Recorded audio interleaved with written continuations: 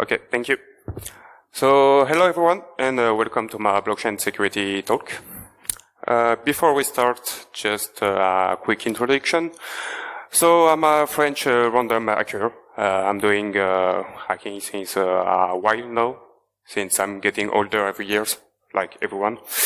Most of my friends know me for my weird project, just like doing SQL injection by voice recognition, or implementing hypertext coffee pod control protocol to make a remote coffee maker, even if you still have to work to grab your coffee. Useless but fun. I'm also doing some more serious stuff, mostly with Bishop Fox since 2 years. This is a nice job with very cool people. Of course, the best of them are here today, so let's talk with us if you want. Special thanks to Dardan for the conference and to the whole beside team. And if you want to reach out after the talk, here is my Twitter and LinkedIn. Before we really start talking about blockchain, just a few disclaimers. We are just talking about what we are not talking about. So, we are not talking about tokens value because it doesn't matter. We are not talking about investment because I have no idea how to invest. So if you want to be rich, don't listen to me. All the what are supposed to be digital art, all these NFT things with a dirty monkey, we are not talking about that. NFT technology was not made for that at first. And everything about scam, pump and dump, and phishing, it's only interesting when you are doing investigation. So we are not talking about that. What we will discuss is all the secure aspects of a blockchain and a blockchain application. And the main purpose of this talk is to bring interest in offensive consultant and every curious people to the blockchain side. So maybe we will have more people to work with, even if that means less bounties. So, now let's answer the main question. Because on the internet you can read a lot of things about blockchain, but most of the people talking and writing about blockchain just can't answer this question.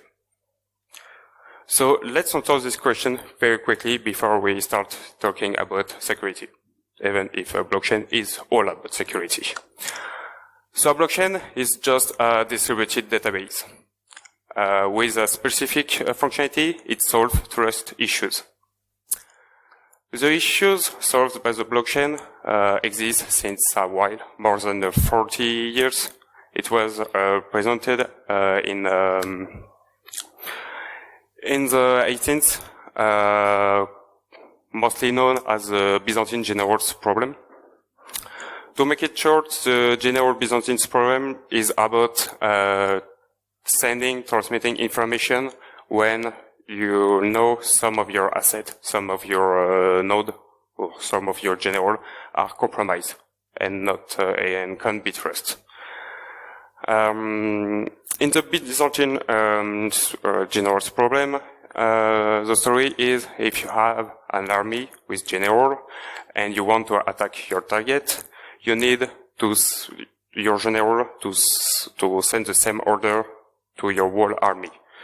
So if you say to your general to attack your opponent and one of your general decide to call for a retreat, you will just lose the battle. This is the trust issues solved by blockchain and other consensus. Bitcoin was one of the first implementation of the Byzantine fault tolerance of the Byzantine generals problem, called as a Byzantine fault tolerance solution.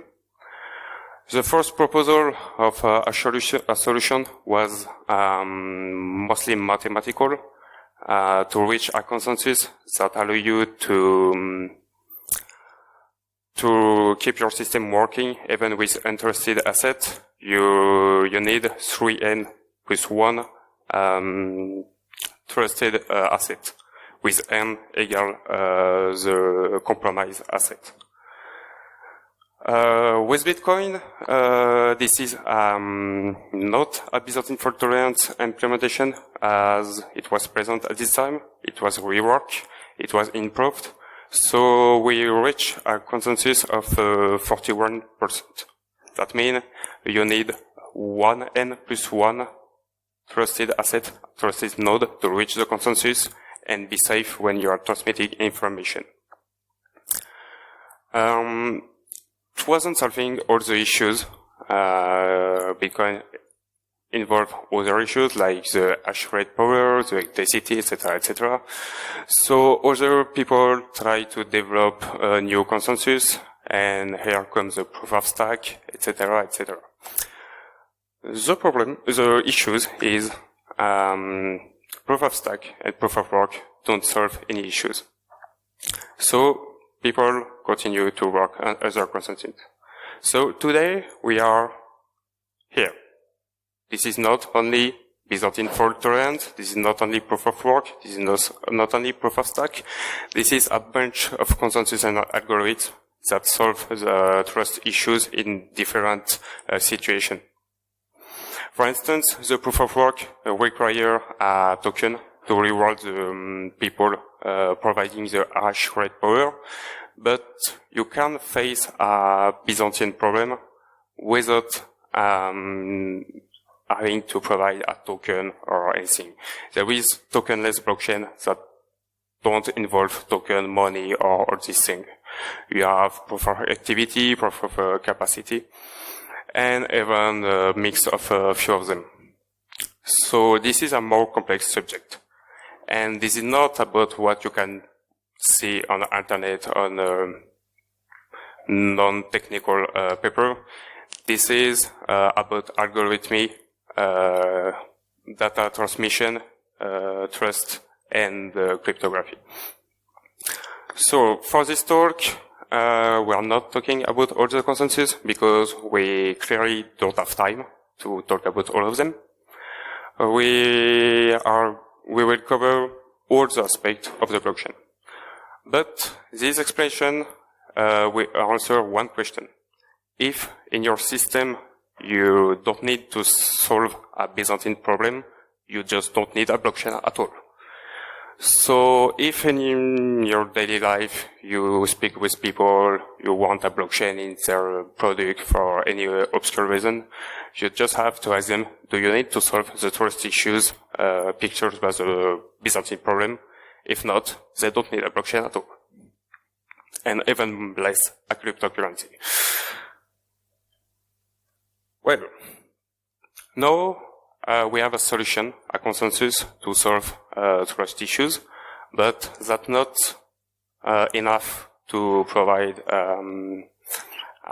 real technology. We need a decentralized application. So after a few years, we start to see some new blockchain that become application hosts with the smart contracts technology. So before we start about vulnerabilities and other stuff, we need to understand what is a smart contract. Basically, a blockchain is just, as I said, a distributed database stored in a multiple node with the same state. The blockchain is, as the name explains, a chain of blocks with data.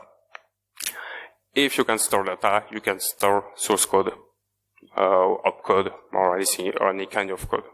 So, if you have a code stored on a blockchain powered by a node, why not just call node randomly to execute code and let the consensus decide and solve all the trust issues? And this is how we got the first blockchain with smart contracts with decentralized application when the user only had to call some nodes randomly because the consensus solves the trust issues, and we're able to execute code and do some stuff. But at this point, we still have an issues. that looks pretty obvious. At this point, we have no user interface. So, the first blockchain, it was just some developer with blockchain and smart contract knowledge, interacting with the blockchain, doing some stuff, but it was pretty limited. So, they find a kind of a solution. And here is how we come to a controversial word, the Web 3. Or when I prefer to call the Web 2 plus one layer, because this is absolutely not an improvement. Here is a schema of the reality. You have the blockchain with your node, your data, your code, and some dirty website in front to create your Web 2 plus 1.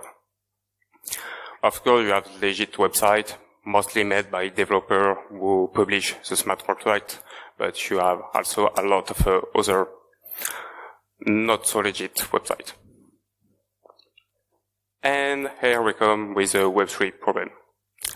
First, all the trust issues solved by the blockchain is just destroyed by the website, because the user will just connect to a website, a centralized website controlled by just one person or a team of developers.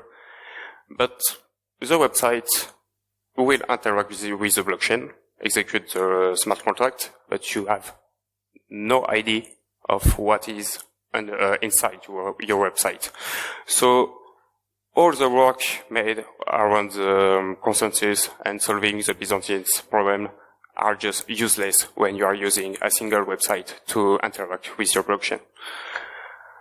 And this is not the only issues. This is the biggest one because the blockchain just becomes absolutely useless with a website.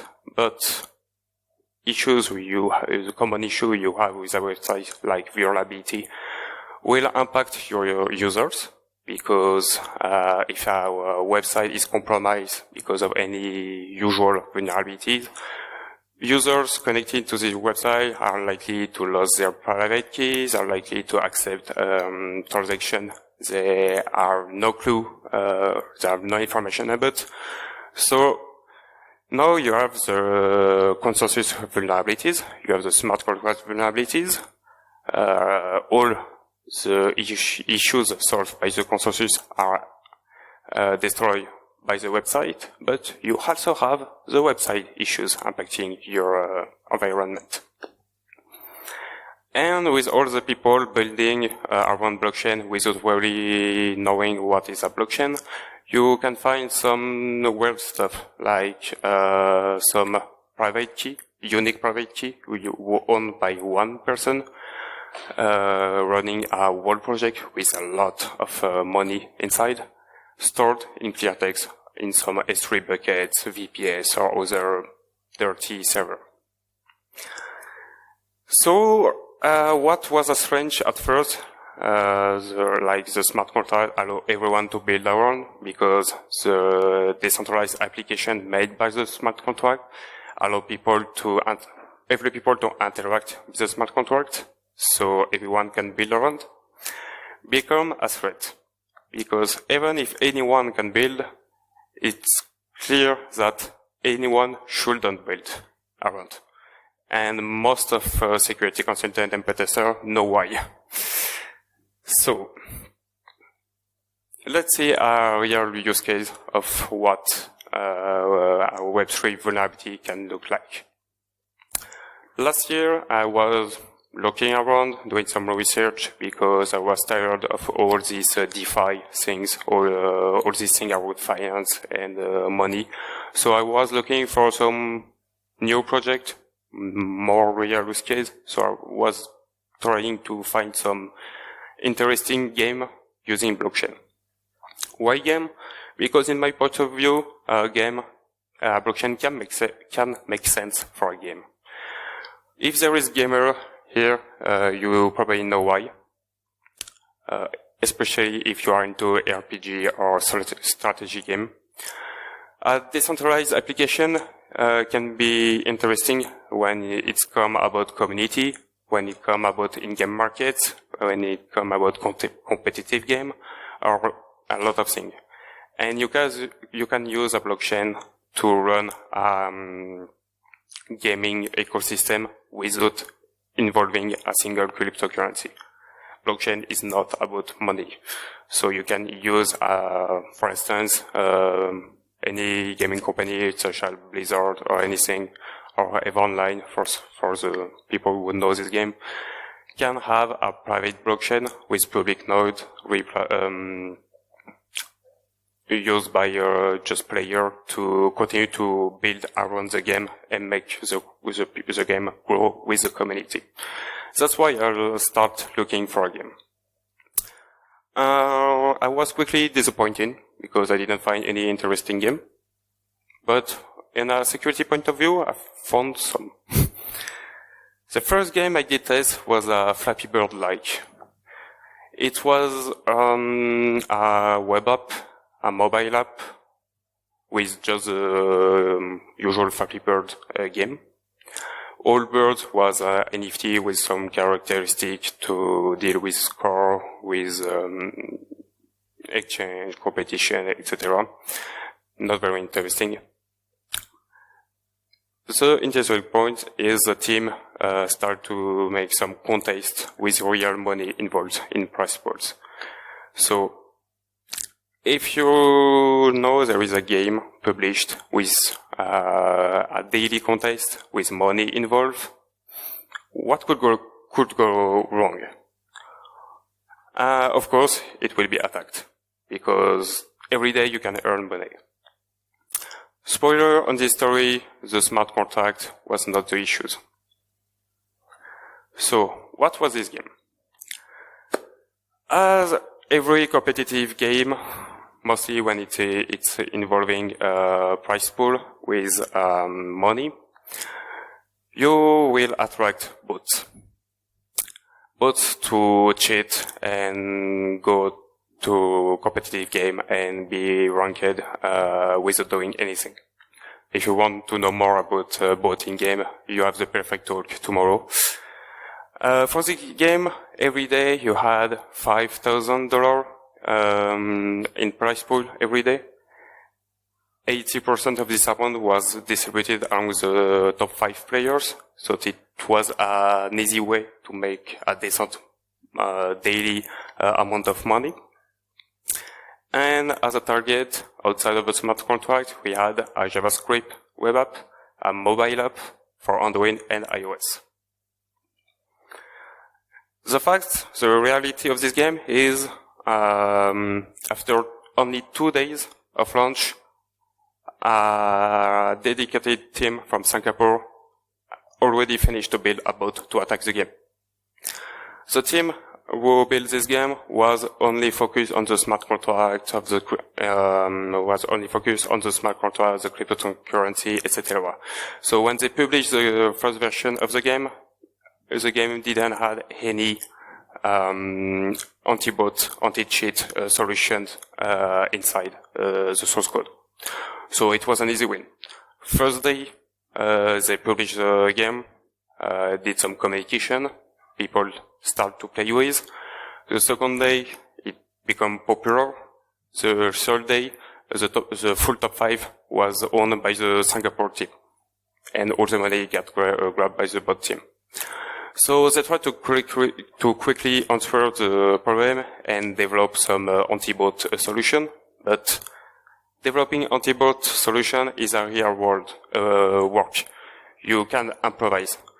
So the next coming days was mostly the team updating the project, pushing some anti-bot code directly in production to stop the bleeding.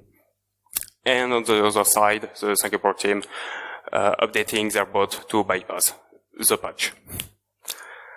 So the team got angry, started to ban all the birds based on no real metrics. They were just like, I'm sure this guy is cheating, so let's ban the birds. After a month, we had like $20,000 of damage with all the users that got banned for no reason. It was a complete war. people who was crying, complaining on the community. It was kind of fine from my point of view. At this point, I was just curious. I started to infiltrate both the bot team and the project team. I was at a point, I had an account on Discord on the bot team, getting access to some of the code of the bot. And the other side, they got me a moderation permission from the team on the Discord to manage what the bot was. So I was just in the middle of everything, looking with... I wasn't worried, I was just having fun for me. So I spent a few days getting information, looking at the code from the bot, looking at the solution proposed by the project team, and I didn't find any solution. So before leaving this story, I just had the idea to do something just for fun. It was kick the bot team from the top 5. Find a way to be first and just beat the bot. So, as every pen tester, I start looking at every piece of the project. Developing a bot was not my plan, because first, I'm too lazy to build a bot for this kind of game. Secondly, it was JavaScript. I can do JavaScript, but I don't like it, so I'm not gonna develop a bot in JavaScript. So I started to look at the smart contract. I didn't find any common vulnerability, both on the NFT contract or all the contract handling the tokens, the money. It was pretty safe. They had what we call a cold wallet. This is a smart contract owning all the token, and we are doing only one action. So it was kind of a security by simplicity oriented, but I didn't find any way to get anything from the contract. In the same way, I didn't find the private key. They probably store it in a secure way. Didn't find anything. So I started testing the Android app, because I like Android. Spoiler, I didn't test the iOS app at all, because I don't even have an iPhone. So after doing some tests, I found the app has no root detection, so you can root your app, doing some analysis, they don't care. No certificate pinning, so you can intercept every request between the phone and the game. But I don't find any interesting data stored on the phone, except your own wallet. But anyway, I don't want to put my wallet on my phone or do this kind of stuff. So I started to look for another way. And that's why I didn't speak about the web app yet. So I did what I'm doing almost every week. I launch Burp, start to intercept all the requests between my browser and the game. And I quickly found that there is not that much request.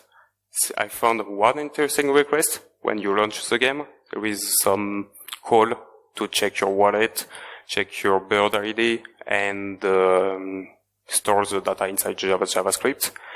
And after that, even with the interception on, you can play the game without being interrupted. And when you complete the game, when you lose, you have a final request. This request. It was very simple. You have no authentication at all. The first request, getting your bird ID information from your wallet, was provide on the router with a score. No authentication, no permission control, nothing. Just calling what they call an API. I'm not even sure we can call that an API. This is just a post request sending your bird ID and the score. So if I want to be first, what should I do? Just simply send a request every day, 1 second before the end of the contest, just getting the top player score and adding 1 and sending the request. And that's it. You win. So just with this request, the bot team was out of the top 1. So, yeah, so I did the test once, wasn't very interested by doing this every day and storing the money. I was just curious and trying to beat the bot team. So it was pretty successful. So at this point, the result was all the security was on the smart contract side.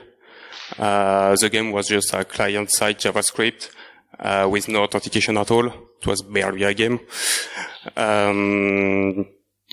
The bot team lost a lot of time because I'm still trying to figure out why they did so much development to have a bot when you just have to send a request to win the game.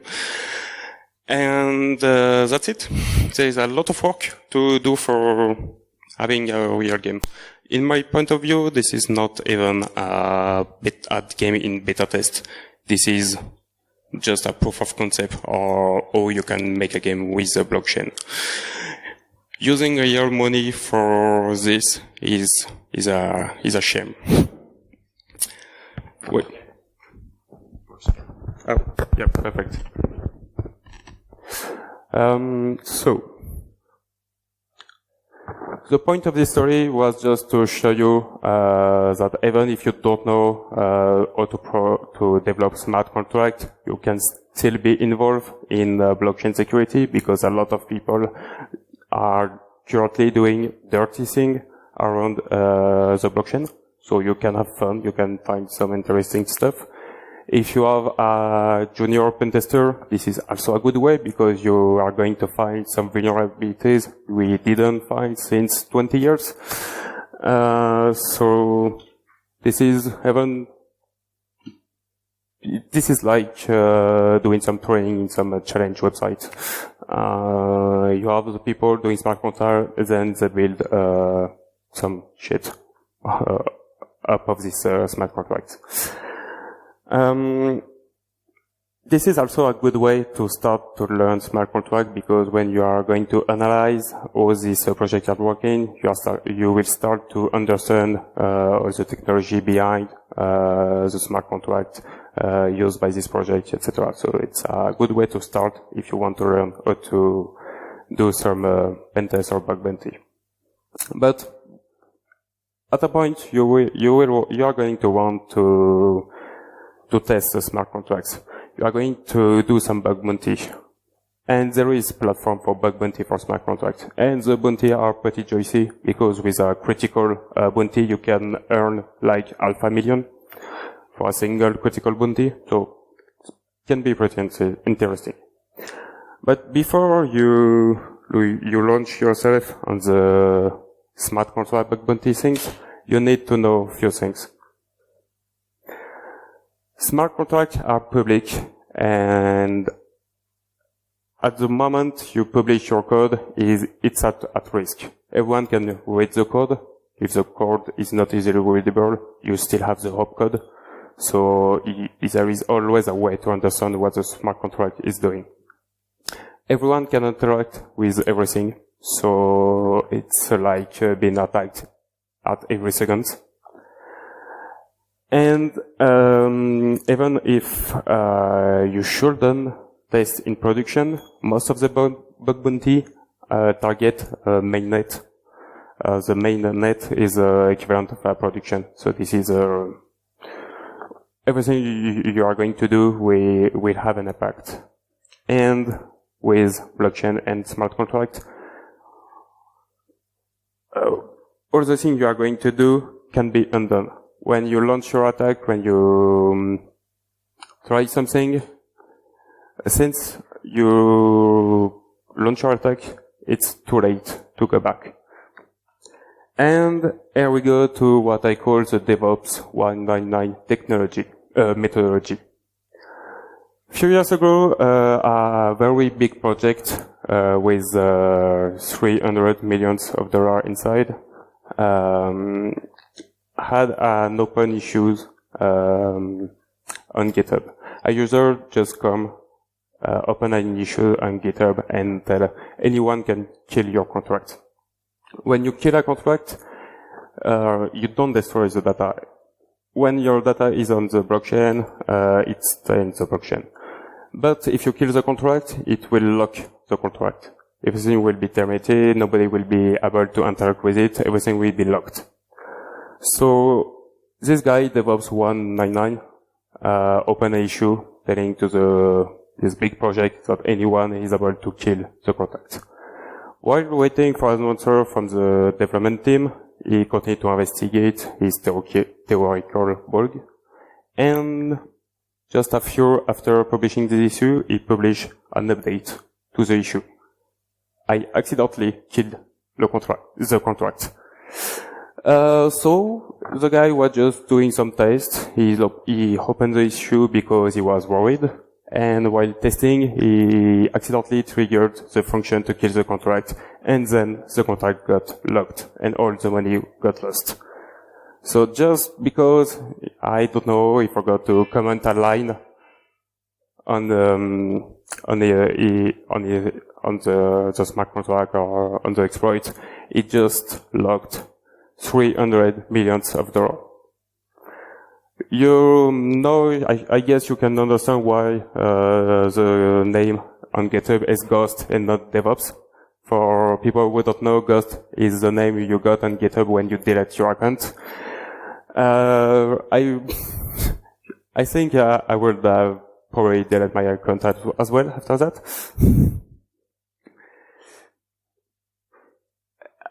This is the kind of horror story we tell to new tester to afraid them, because we don't want this thing to happen again. And I don't want to be responsible of this kind of thing. I don't want to, because of a mistake, become the most hated man of the world. So I start to draw a checklist of things I should do to avoid this kind of issues. First, protect yourself. You need to use dedicated wallet or smart contracts. Because when you interact with a contract, you are going to send some authorization, to give some permission to interact with the contract. So there is malicious contract. You have honeypots. When you send an authorization to this contract, you can have some little piece of code hidden that will steal everything from you if you interact with the contract. So don't do testing. Bug bounty are more safe because the projects are verified. But if you are doing while testing, just looking at contract and trying to do some tests, use a dedicated wallet so you will not lose anything. On your code, you will always need to double check the addresses. I will explain you why in a few.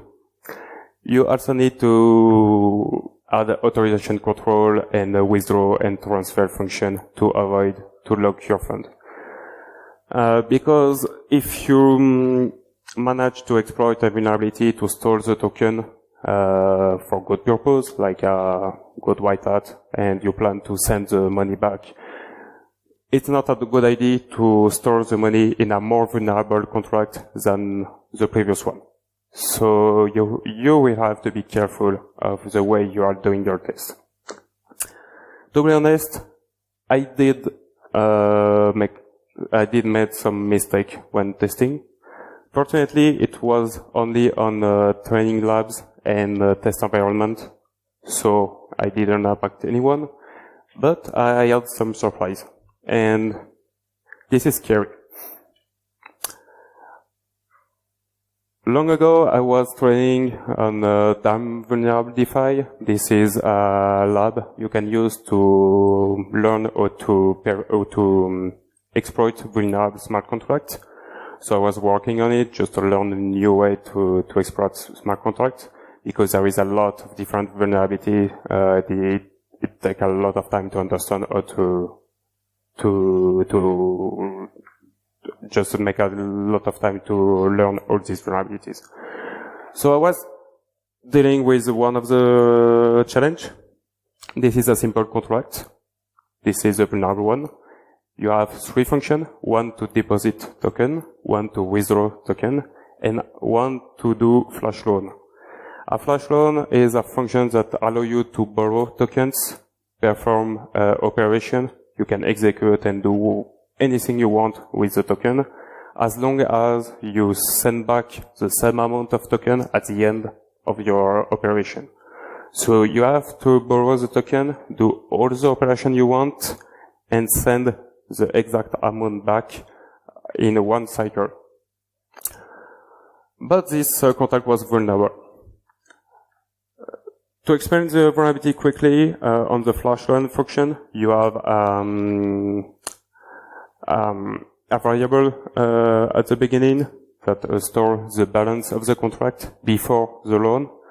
Then you can borrow the token and execute anything you want. And at the end, you have a require. This is a condition check that will control if the balance of the contract after your operation is equal or above the balance before. The vulnerability is here because there is some subtlety in the deposit function. When you deposit token, you still have the ownership of the token. So the contract, the loan function, is checking the balance of the contract and not the ownership of the token. So to perform your attack, you just have to call the flash loan function. The flash loan function will trigger your execute function. On this execute function, you have one thing to do, just deposit the token you just borrowed. So you ask the contract to give you some token, and in your execute function, you deposit the token. And you stop your execute function. When your execute function ends, you trigger the condition check. So the contract will check his own balance. Since you deposit the token, the conditions are met, and everything can be run as expected. But this is not because you close your execute function that you are stopping your action. After closing your execute function and deposit the token, your attack function can withdraw the token you just deposit because you still have the ownership since it's a deposit. So the condition is met, but you can withdraw the token. This is a way to drain all the token from a flash loan smart contract.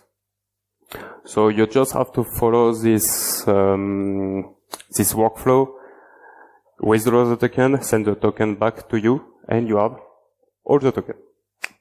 So I developed a smart contract to perform the exploit. I launched my exploit, and I got a surprise. I had some debug on my code because I was learning. So before launching my exploit, I was checking the balance of my target. I was checking my own balance. Then I launch the exploit, and I check again both balance. So I can see that after my exploit, the smart contract don't have any token anymore. So my exploit is working. The token are not here. The problem is my balance didn't change at all. So I stole the token, but I have no idea where is the token. At this point, I was just like, where is the token? Where is the money? I mean, my exploit did work because the contract, the vulnerable contract, don't have any token anymore. But, sorry? Oh, I'm going to tell you. It was a lab, so fortunately nobody got any loss. So I double checked my exploit, my smart contract once, twice, and I didn't find the reason. It wasn't in my exploit at all. It was on my launcher. I was doing this testing since hours. It was the middle of the night. I was tired. It was like the 5-step challenge I was doing and a lot of research. Even if the exploit looks pretty simple, it took me some time to understand the process and perform the exploit. And on my launcher, when I just call my smart contract with the exploit, I just provide the wrong parameter. I just copy paste information from other exploit. I'm sure a lot of people doing pen tests do the same when you are doing exploitation. A lot of time you copy some piece of code from a previous exploit to use it, and at the end I just call my contract to attack, and instead of providing my own wallet as a target to receive the token, I just provide the token address. So this is a contract that creates the token, but owned by no one and controlled by no one. So at this point, the token was just on a contract owned by no one and just locked and lost. So if it was in production, and this kind of vulnerability happened in production, I would have just lost all the money because I was tired. So at this point, I just understand, oh, it can be easy to damage a project, or you can lose a bunch of token or money just because of a very dumb error. And so the moral of this story is you can't perform bug bounty or test in the mainnet the same way as you're testing common web app. Because if you are just, I don't know, tired, launching tools, starting to brute force address, etc., at a point you will make a mistake and just block and destroy a complete project. Every time you are working on a bug bounty for smart contract blockchains, you need to remember that everything you do is irreversible. You can't undo your action.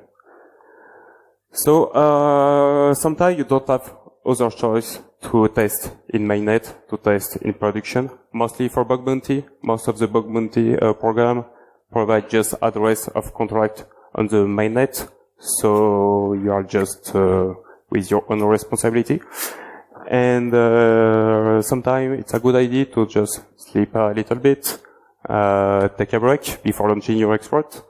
No, when I'm not sure of the result, I'm just going outside, taking a walk, and double checking my code with a fresh mind, because it can be very scary to launch an exploit in a mainnet. Well, now you have all the information to start working on blockchain security.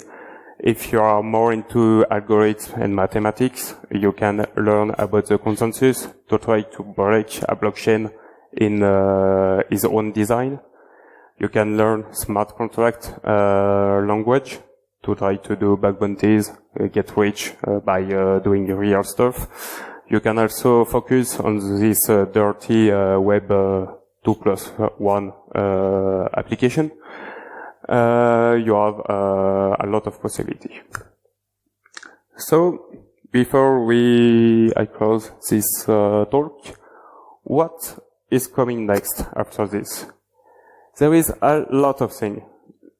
The bug bounty programs, we have an overview on what you should do, what you shouldn't do to get bounty without breaking anything. But there is other subtlety, other differences with common bug bounty. As I said before, everything is public on a blockchain. So the other hunters, when they are doing tests, you can see every tracks. It's like doing a bug bounty on a platform and having access to all the logs. So I know the first speaker talked about collaboration, and he's right.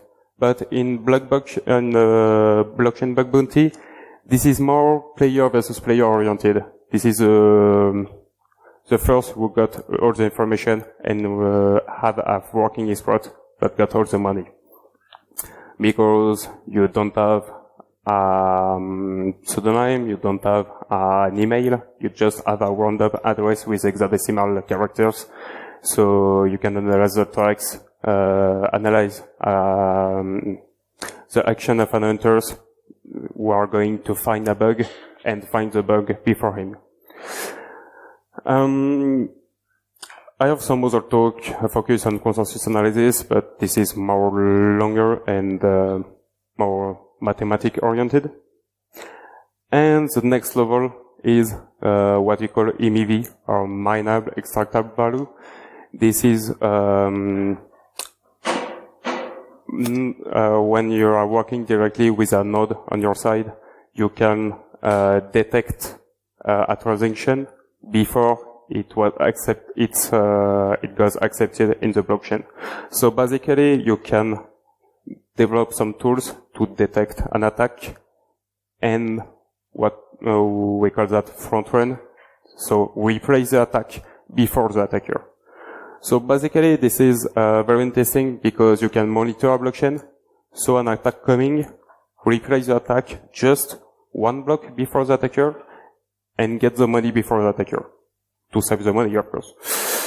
Let's just see what builders will bring us, because this is still an early stage for blockchain, as we saw with Web 2+1. This is a lot of bullshit around blockchain. So let's see what is coming and what we are going to test in the futures. Since this is the last talk of the day, if you have questions, feel free to ask. If not, we can just have a beers, and we can also discuss any question with the beers. Thank you. Q&A.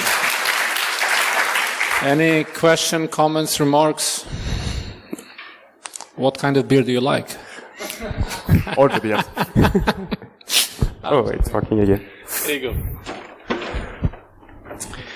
Thank you very much for your talk. Actually, I was really interested in the smart contracts, because I think it's a field that auditing of smart contracts. I think it's a field a lot of people are not paying attention, but it's actually really interesting, and it has some vulnerabilities that you don't see many often, like the old C programs. Do you have any, let's say, suggested path for people to actually start and get into the smart contracts and auditing smart contracts? Yes. In fact, smart contract language are not that hard. It's pretty similar to what you can see everywhere. It's a mix of JavaScript. You have some language more close to C or C++, so you have choice. This is not one language, one blockchain. Most of the blockchain, based on Ethereum, can use multiple language. So you can interact with a contract with the language you prefer. So just look around, find projects you are interested in, find the language you are more comfortable with, and just do it.